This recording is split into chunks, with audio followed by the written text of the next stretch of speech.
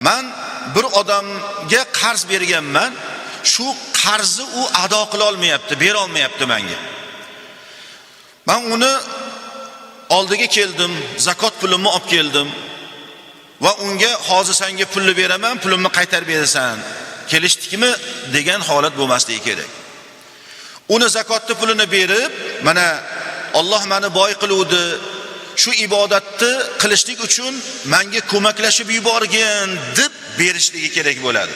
Tepadan turib bermaydi-da, "Men buni olib qo'ygin" demaydi. Yoki "Kep-ket meni oldimga, men seni bir mukofotlamoqchiman" demaydi. Bu ibodatda masjidga hamma kelayotgani kabi ibodat uchun ibodat qilgani boriladi. Endi zarur masalalarda ba'zi holatlari bu istisno albatta. Shu ibodat qilaman, zakotimni beraman degan odam zakot olishlikka haqdor bo'lgan odamni oldiga borib, ibodat qilish yuborishlik uchun unga beradi. Berdi, shu bergandan keyin uni qo'lida ma'lum vaqt, 1 minutdir, 2 minutdir mulk bo'lib turdi qo'lida. Ana u keyin duo qildi, boshqa qildi, rahmat dedi, tashakkur bildirdi, sizdan Alloh rozi bo'lsin dedi. Endi qo'lida pul turibdi.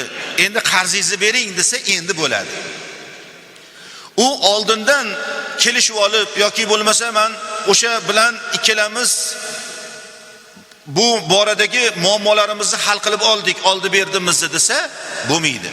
Mendan shuncha miqdordagi qarzingiz bor edi, shu qarzni siz zakot holatida sizga o'tkazgan bo'ldim. Siz bilan endi biz o'rtamizdagi muammolarimizni hal qilib oldik. Ya'ni siz bilan kelishib ketdik, rashyotmiz deb qo'yadi-ku. Shunday holatlar durust bo'lmaydi.